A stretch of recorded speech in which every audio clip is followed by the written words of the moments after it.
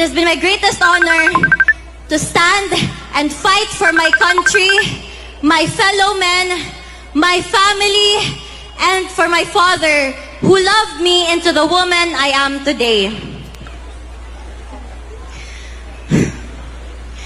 Bago siya kinuha sa akin, the night before it happened, magkatabi pa kaming natulog. I asked him, Dada, what's gonna happen to you? And as a father who didn't want his baby girl to worry, he responded with his usual phrase, Asus, wala yan, maniwala ka dyan.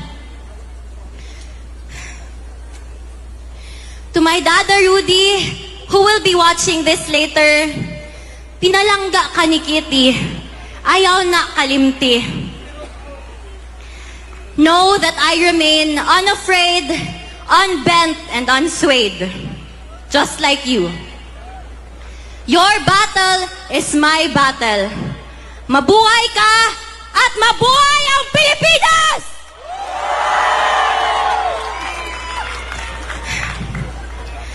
Muli kong iaabot ang personal na mensahe ni Tatay Digong para sa bawat Pilipino.